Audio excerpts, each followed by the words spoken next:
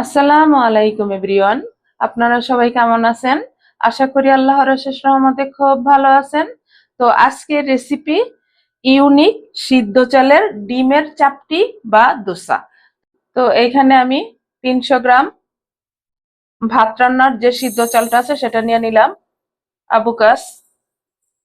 তো আমরা তো এখানে আবুকাস চালটা খাই। এই চালটা কিন্তু ভাত ফুটতে বেশি একটা সময় লাগে না। এর জন্য এই চালটাকে আমি হাফ 1 আওয়ার ভিজায় রাখলেই চলবে। ভিজায়া একেবারে পেস্ট করে আমি আপনাদের সাথে শেয়ার করতেছি। পেস্ট করাটা বা বাটাটা আপনাদের আর শেয়ার করলাম না। আর আপনারা যদি এই চালটা হাতের কাছে না থাকে, যে যেরকম ভাত খান চাল দিয়ে, সেই চাল দিলেই হবে।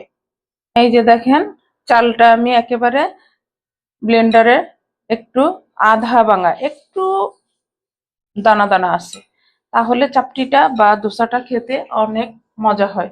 তো এইরকম করে বেটে নিবেন পাটায় বা ব্লেন্ডারে ব্লেন্ড করে নিবেন। এখন এখানে দিয়ে দিব আমি স্বাদ মতো লবণ। এই পর্যায়ে দিব 1 চামচ কালো জিরা।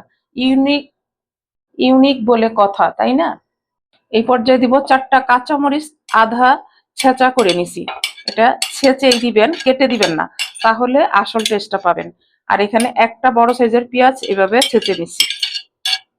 এই চাপটি বা দোসা বিকেলে বা সকালবেলায় নাস্তার সাথে খাওয়ার মজা যে কি! আমরা তো আজকে খাবো। তো আমার প্রিয় ভাই বোনেরা, আপনারাও চলে আসেন আমার বাসায় খাওয়ার জন্য। এখানে পানি লাগবে সামান্য একটু, ব্যাস, আর লাগবে না। এখন ভালোভাবে মিশাই নিব। এই যে ব্যাটারটা এইরকম হবে। আমরা শুধু জানি যে আতপ চাল বা পোলার চাল বা চালের খুদ দিয়ে চাপটি বা দোসা বানানো যায়। কেন, সিদ্ধ চাল দিয়েও কিন্তু এইরকম মজার চাপটি বা ধোসা হয়। এই যে রেডি হয়ে গেল ইউনিক ডিম চাপটির জন্য। এখন এইখানে আমি একটা তাওয়া বসাই দিছি, চুলাটাও জ্বালাই দিছি তাওয়াটা গরম হওয়ার জন্য। এখন আমি আমার ইউনিক ডিমের চাপটিগুলা বা দোসাগুলা বানানো শুরু করব। বিসমিল্লাহির রহমানির রহিম।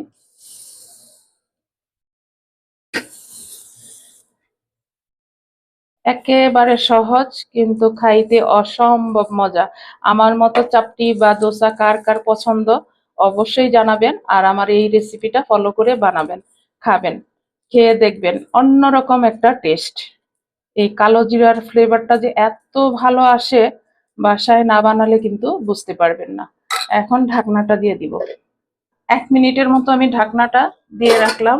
এখন আমি এখানে দিয়ে দিব ডিম। দিয়ে দিলাম। এবার একটু এইভাবে ভেঙে দিব। আর এই চাপটিটা খাওয়ার জন্য কোনো কিছু লাগবে না, ভর্তা বা কোনো তরকারির ঝোল। একটু এই যে লবণ দিয়ে দিলাম 1 পিঞ্চের মতো, দিয়ে আবার ঢাকনাটা দিয়ে দেবো। আর চুলার আঁচটা আছে মিডিয়াম টু লো এর মাঝামাঝি। দেখেন মাশাল্লাহ, ডিমটা কত সুন্দর ফুলে উঠতেছে। এই রকম চাপটি সকালে, বললামই তো, সকালে বা বিকেলের নাস্তায় যদি থাকে, বাসার সবাই খুশি হয়ে যাবে। এখন আমি ঢাকনাটা উঠাই দিব। মাশাল্লাহ মাশাল্লাহ, কালো জিরার ফ্লেভারটা একেবারে নাকে এসে ধাক্কা দিচ্ছে। তো এইভাবে আপনারা অবশ্যই বানাবেন। আর বানাতে কিন্তু সময় বেশি একটা লাগে না, 3 থেকে 4 মিনিটের মধ্যেই একটা চাপটি হয়ে যায়। হয়ে গেল আমার ইউনিক ডিমের চাপটি বা দোসা। দেখেন মাশাল্লাহ মাশাল্লাহ। এই যে এই যে দেখেন, হয়ে গেল মাশাল্লাহ আজকে ইউনিক সিদ্ধ চাল দিয়ে ডিমের চাপটি বা দোসা। দেখেন মাশাল্লাহ, দেখতে যেমন সুন্দর, খাইতেও অসম্ভব টেস্টি হয়েছে। আমরা তো চেখে দেখছি। এই যে দেখেন, আমি আপনাদেরকে একটা দেখাই। এই যে অপর পিঠটা দেখাই, দেখেন। এই যে আমরা চাইলে এইভাবে ফোল্ড করেও কিন্তু সার্ভ করতে পারবো। এই যে এইভাবেও করা যাবে। তো এইরকম চাপটি বা দোসা থাকলে বসে থাকা যায় না, কিন্তু খাওয়া শুরু করে দিতে হয়। তো আমি একটু খেয়ে দেখি আর আপনাদের সাথেও শেয়ার করি ভেঙে। এই যে দেখেন, এই যে, তো একটু খাবো। বিসমিল্লাহির রহমানির রহিম। আপনাদেরকে তো খাওয়াতে পারতেছি না, আমার তো মুখে পানি চলে আসতেছে। এইরকম দোসা রেখে কিন্তু বসে থাকা যাচ্ছে না। বিসমিল্লাহির রহমানির রহিম। উম আলহামদুলিল্লাহ, আলহামদুলিল্লাহ।